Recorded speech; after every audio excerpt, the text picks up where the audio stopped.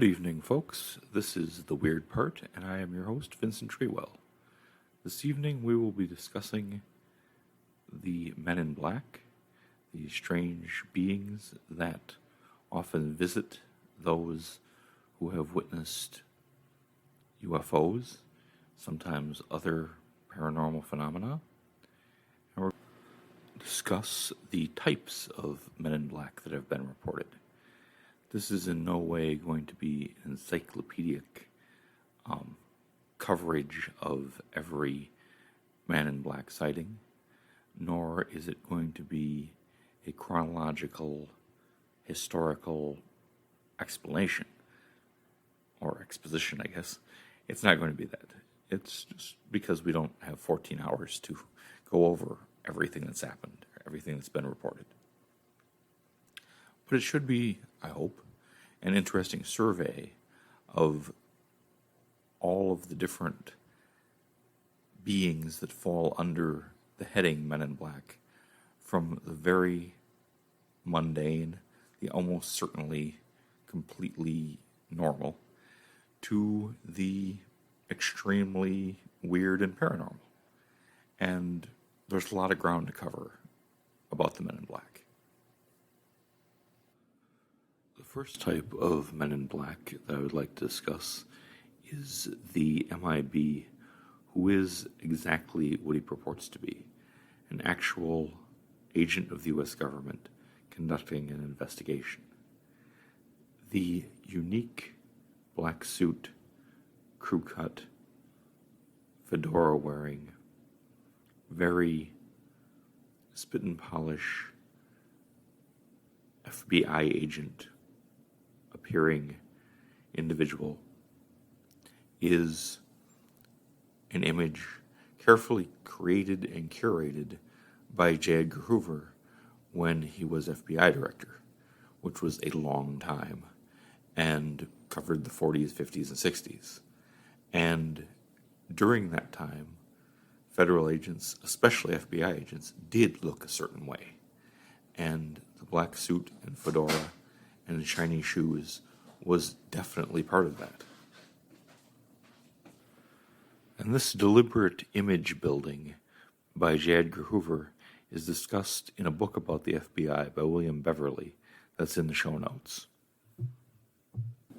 The fact that the FBI, CIA, and Air Force Office of Special Investigations did visit people, do interviews, conduct investigations of UFO sightings is well known and thoroughly documented, and I really don't need to go into a terrible amount of detail here, other than to simply say that some of what would be described as Men in Black encounters were exactly what they appeared to be on the surface: actual agents of the government investigating UFO sighting and looking for facts.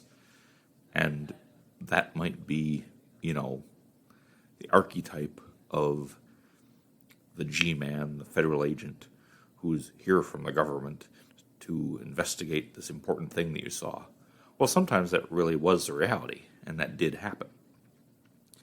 But that's only the first type of MIB. And that's perhaps the type upon which others are based on, and intentionally or unintentionally reference that kind of iconic image.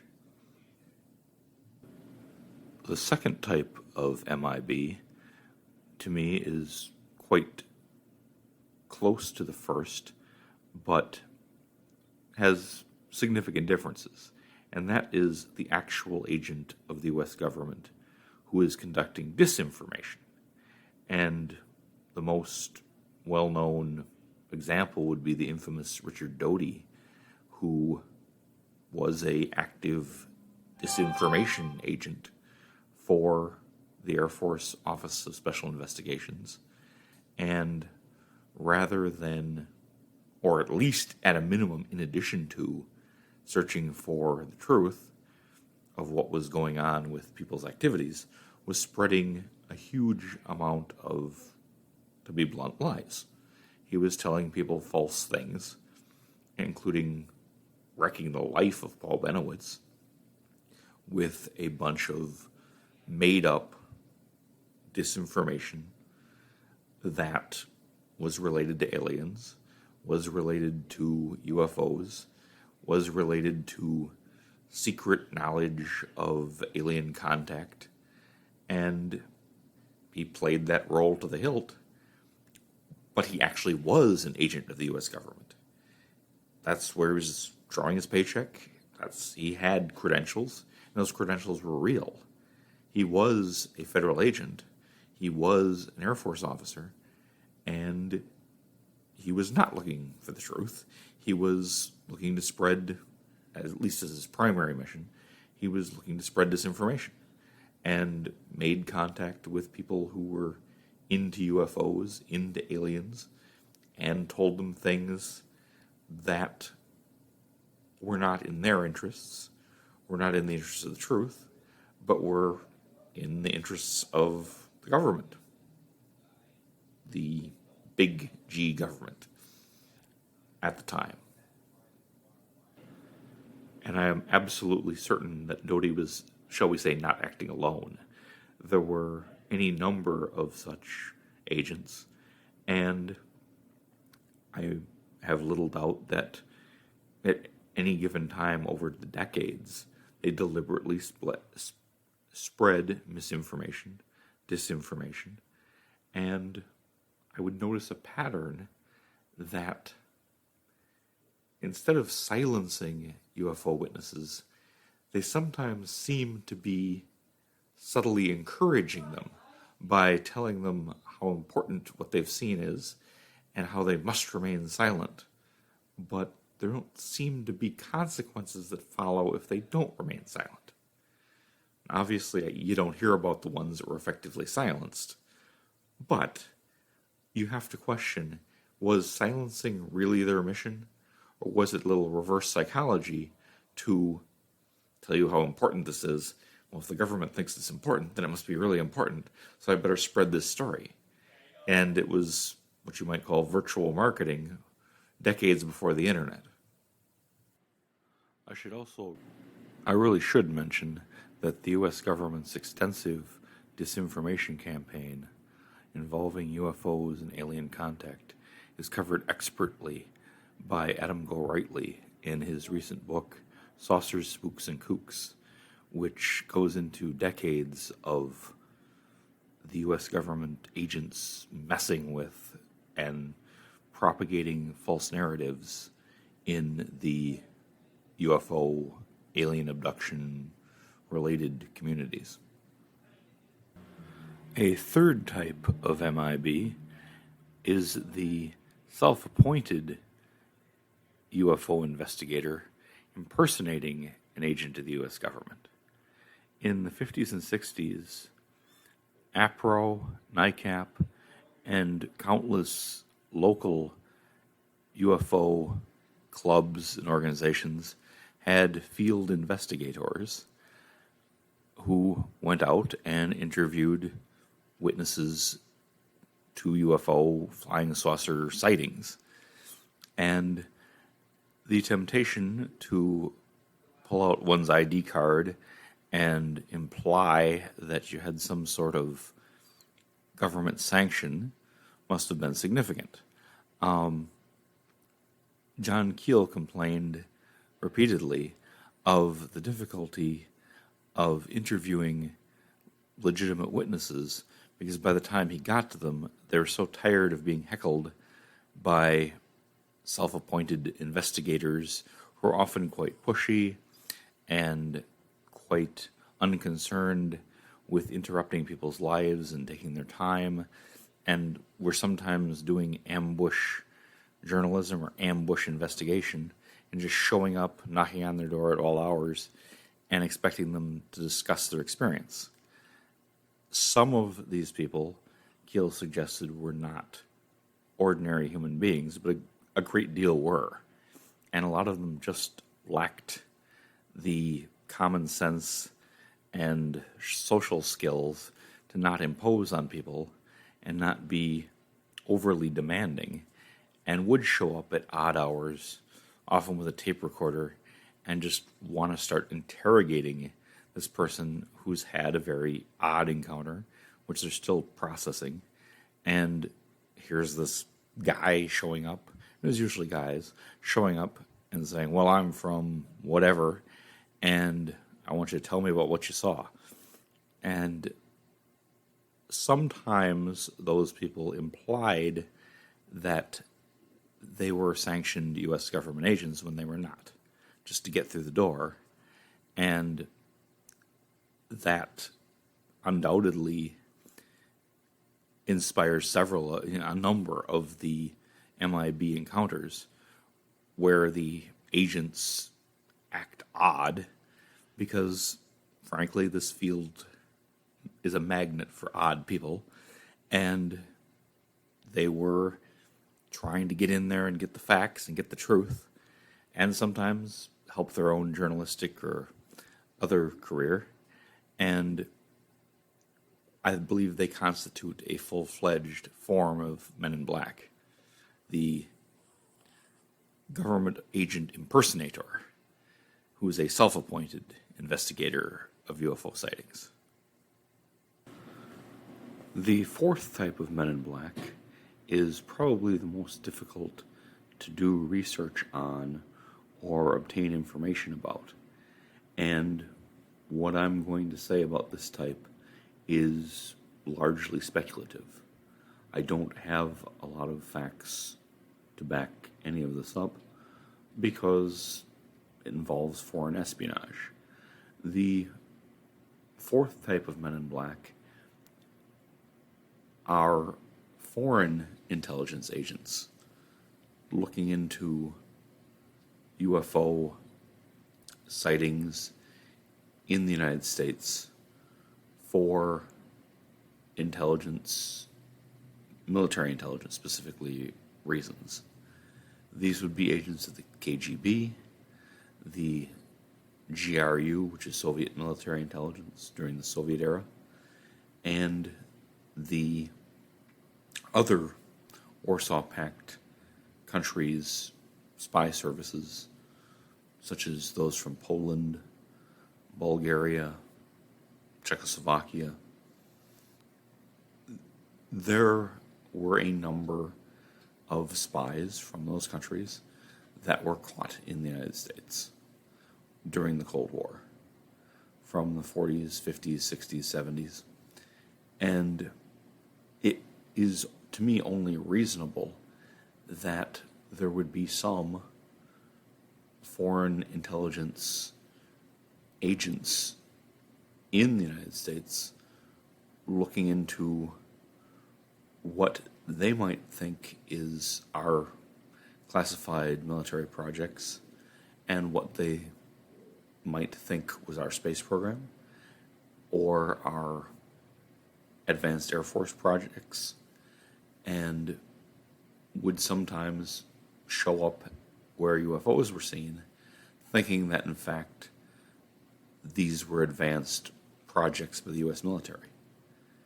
And I think the concept of a foreign agent showing up investigating UFO activity fills a lot of the, what you might call semi-weird examples of MIBs. The MIB who appears to be a normal human being in every way, but is dressed oddly, has a strange haircut, isn't familiar with American customs, speaks English, but maybe uses strange idiom, uses figures of speech that regular, frequent American English speakers don't use. Doesn't know how to eat Jell-O. Okay, well, if you came from the rural Soviet Union, you might not know how to eat Jell-O in, the 1960s. This would also explain a lot of the cases where the MIB appear to be something other than Northern European white people, where they have, what you might say, a Eurasian appearance, which would be common to a lot of the Eastern European countries, and would make sense for a time period where federal agents were not very diverse, where almost universally it was white men plus almost nobody else. And the fact that a lot of MIB are described as being, and I put this in quotes, foreign looking,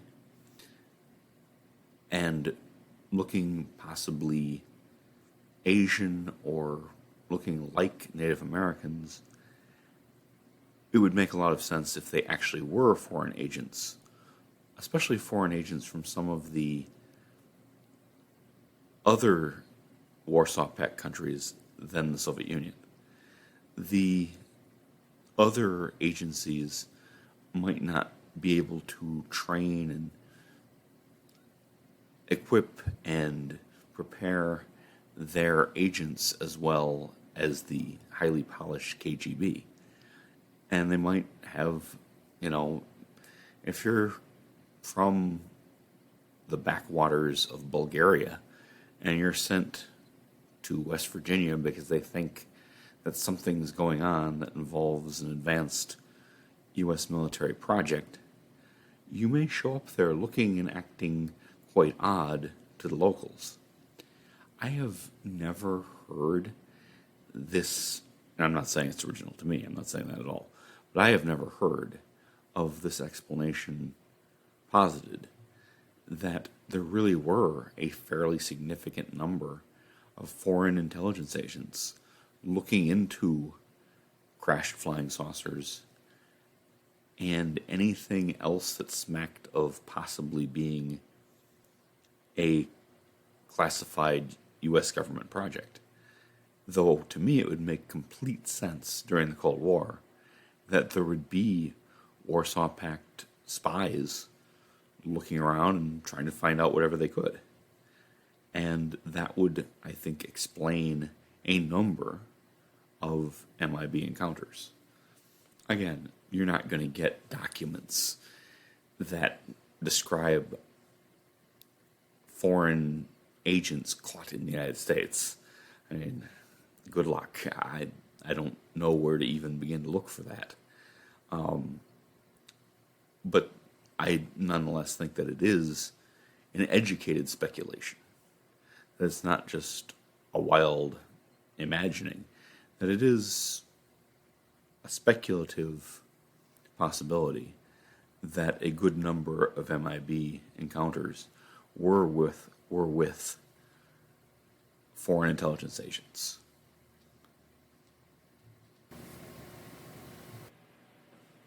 A fifth type of MIB is what I would call SAPs, SAPs, strange acting people. These are, at least superficially, normal human beings, mundane people such as you and I, but their behavior makes no sense. Frequently, their presence makes no sense. Their appearance is off, and their mission, whatever it may be, appears very mysterious. These are one of my favorite form of MIB stories, is the strange acting people. The people who shouldn't be there, makes no sense for them to be there, aren't claiming to be working with anybody, but just kind of show up and act odd and then disappear. And that's happened many times, including happening to some fairly prominent people.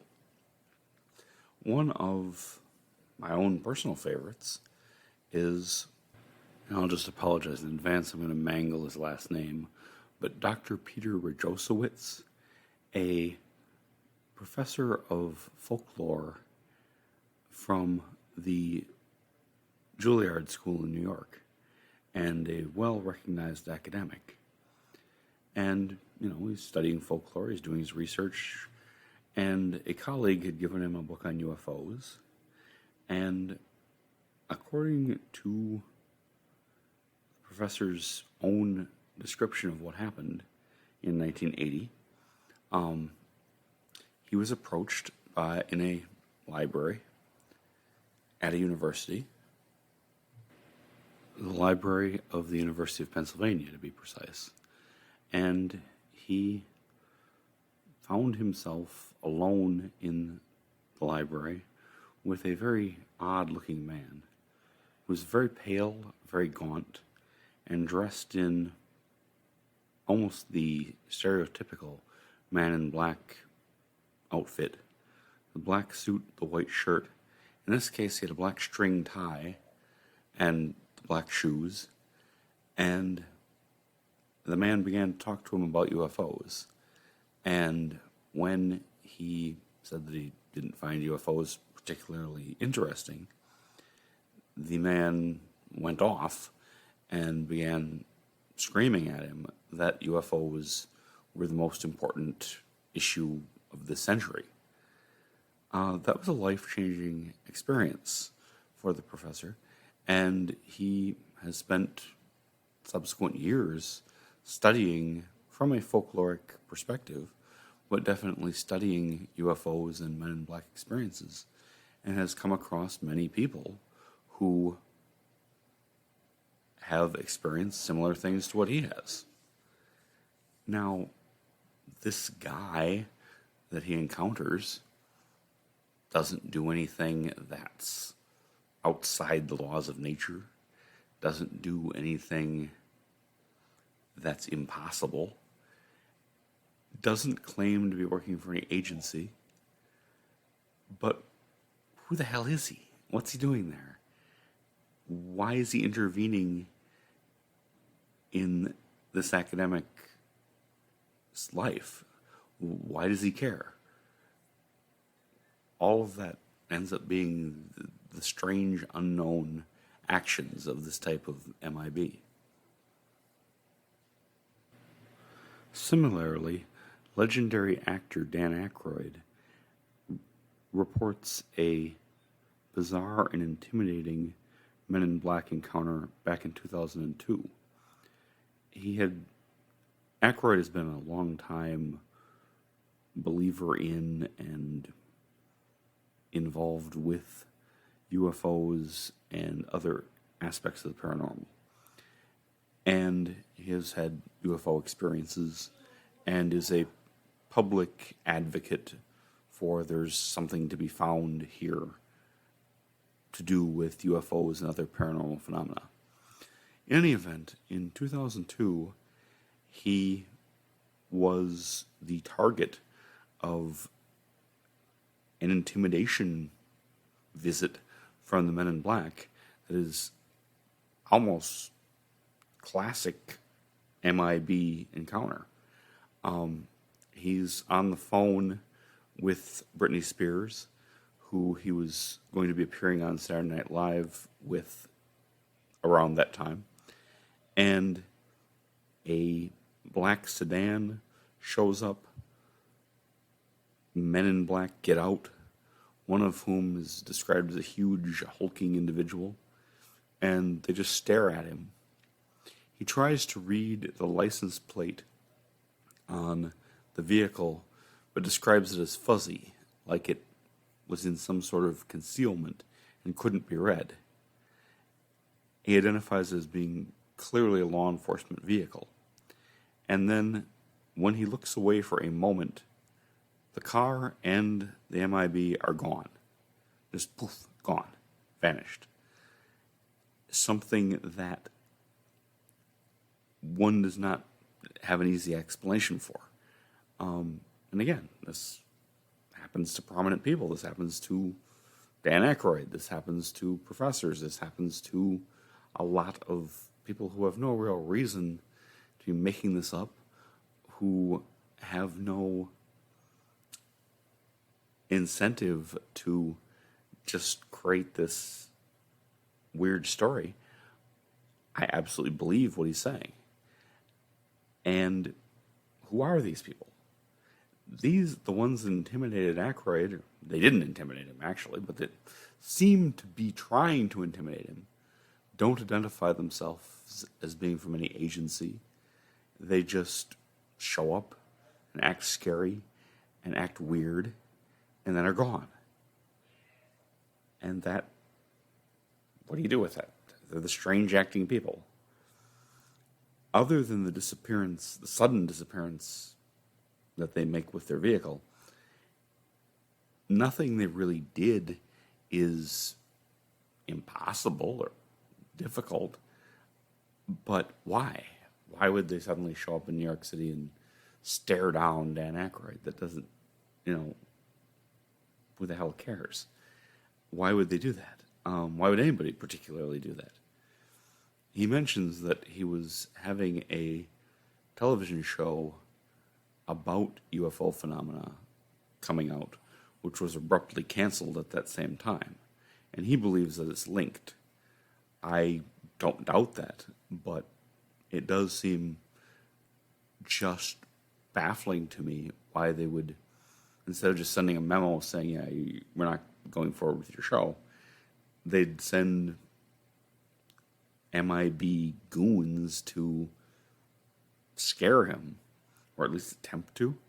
And then I kind of start second-guessing it and saying, well, were they really trying to intimidate him? Or was it reverse psychology to tell him that he was involved in something important and therefore it must be true? It's tough to say what the weird, twisting motives would be. But that's what I would call the fifth type of MIB, the strange acting people.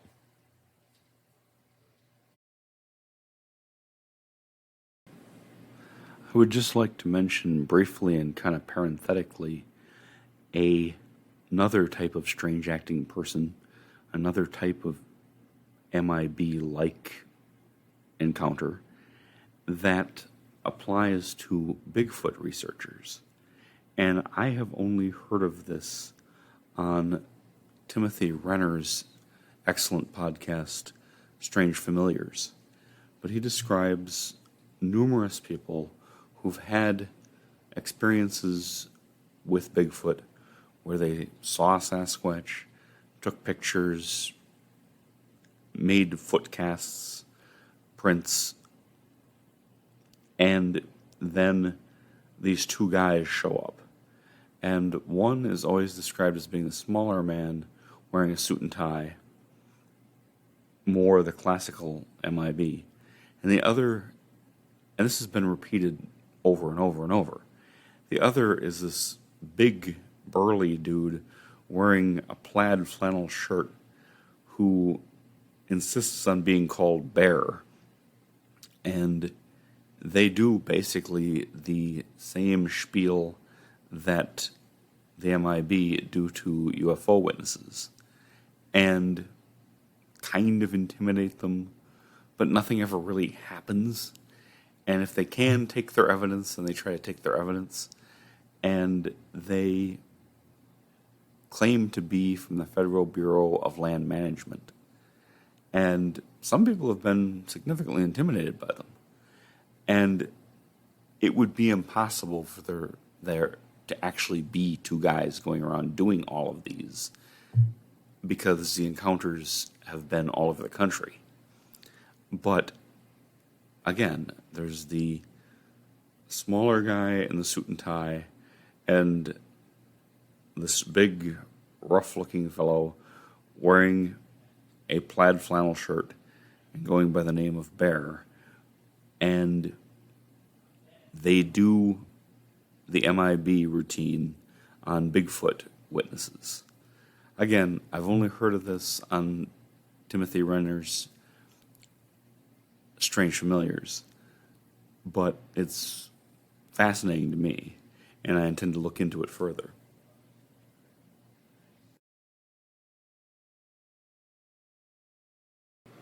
A sixth type of MIB are entities that are clearly not human, that are not like you and I, that may or may not have a physical presence, that usually seem to, but are definitely not ordinary people. And they come in a strange array of types, all of which are clearly something else that is not us.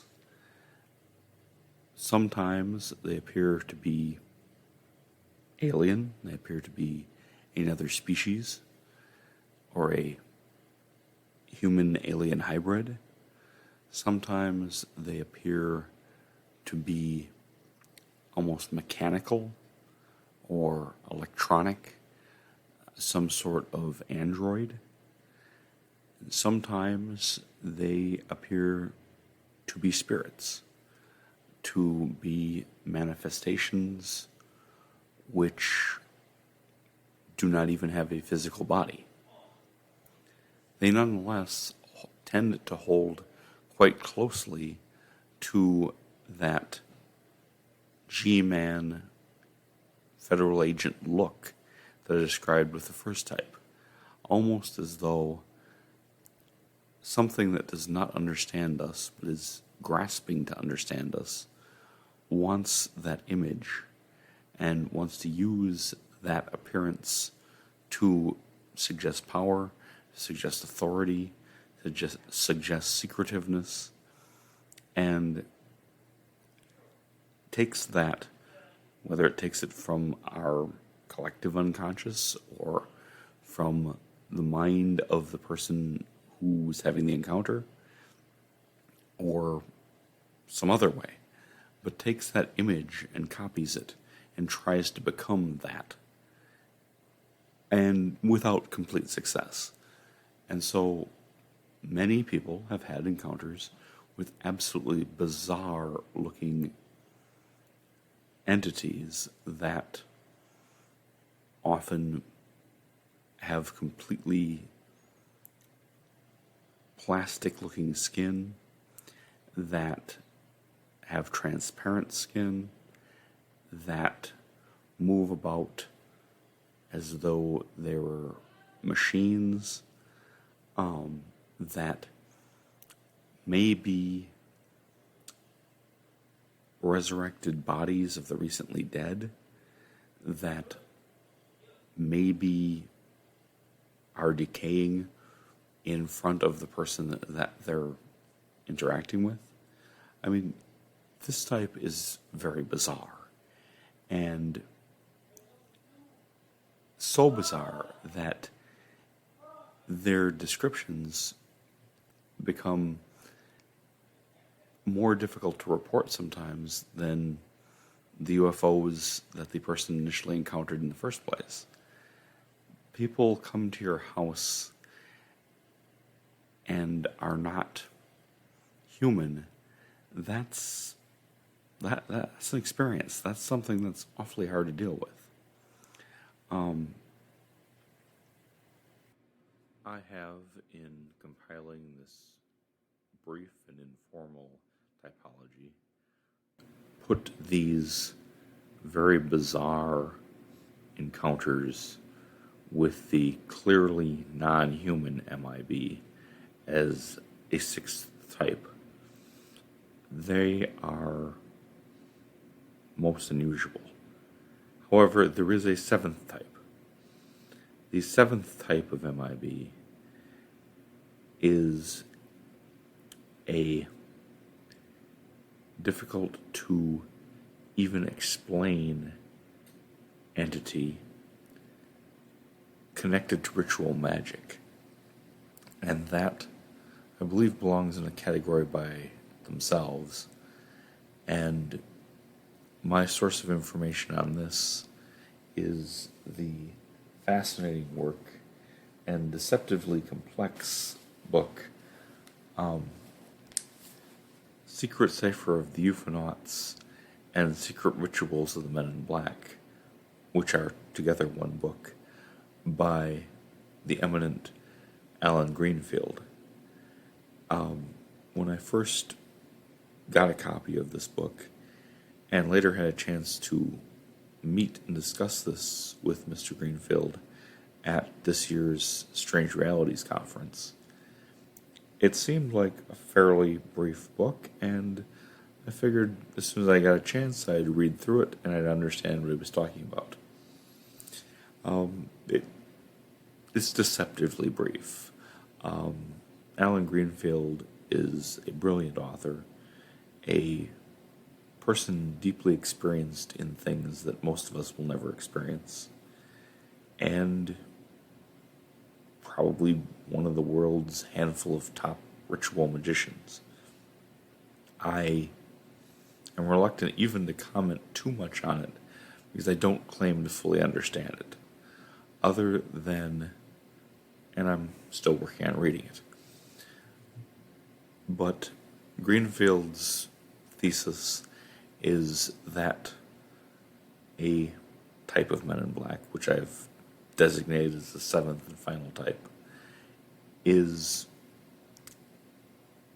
are beings that have a long-term relationship with the human race, going back thousands of years, and that communicate through ritual magic, through secret societies, through means that are not part of our mundane, ordinary world and day-to-day life, and that they are connected to intelligences that can be referred to as gods, as angels, as demons, and that they are a complex world unto their own. I feel I would be remiss if I didn't mention them, but the Alan Greenfield Men in Black are a very different phenomena from what most of the people encountering Men in Black are dealing with. But that is, of course, only my opinion, and I could be wrong. And I wanted to be sure to mention Mr. Greenfield's work and his description of a certain type of Men in Black. As I said at the beginning, this is not intended to be any sort of final word on the MIB phenomena, nor is it a historical chronology. I want to make sure to mention several authors and researchers who have put out books that I consider to be quite valuable in understanding this phenomenon. And in no way is this an effort at completion. I'm probably going to leave some people out who did some important stuff, but just as best I can, I'm going to name some of the books that I find influential on the topic of Men in Black. I've previously mentioned John Keel's The Mothman Prophecies. Along with that, almost as a counterpoint, would be Gray Barker's They Knew Too Much About Flying Saucers, Albert K. Bender's The Flying Saucers and the Three Men. He was, and that would be source material, like original source material, as he was the person to, in modern times, have the most public Men in Black encounter. I would also like to heavily recommend Jim Keith's excellent case book on the Men in Black, and Nick Redfern's stellar The Real Men in Black. I love everything by Nick Redfern. But yes, those are some books that really, document this phenomena far more than, we've scratched the surface here tonight. In any event, this is a bizarre and fascinating thing that happens, people that people encounter, and I've enjoyed talking about it. I hope you've enjoyed listening. Thank you, and good night.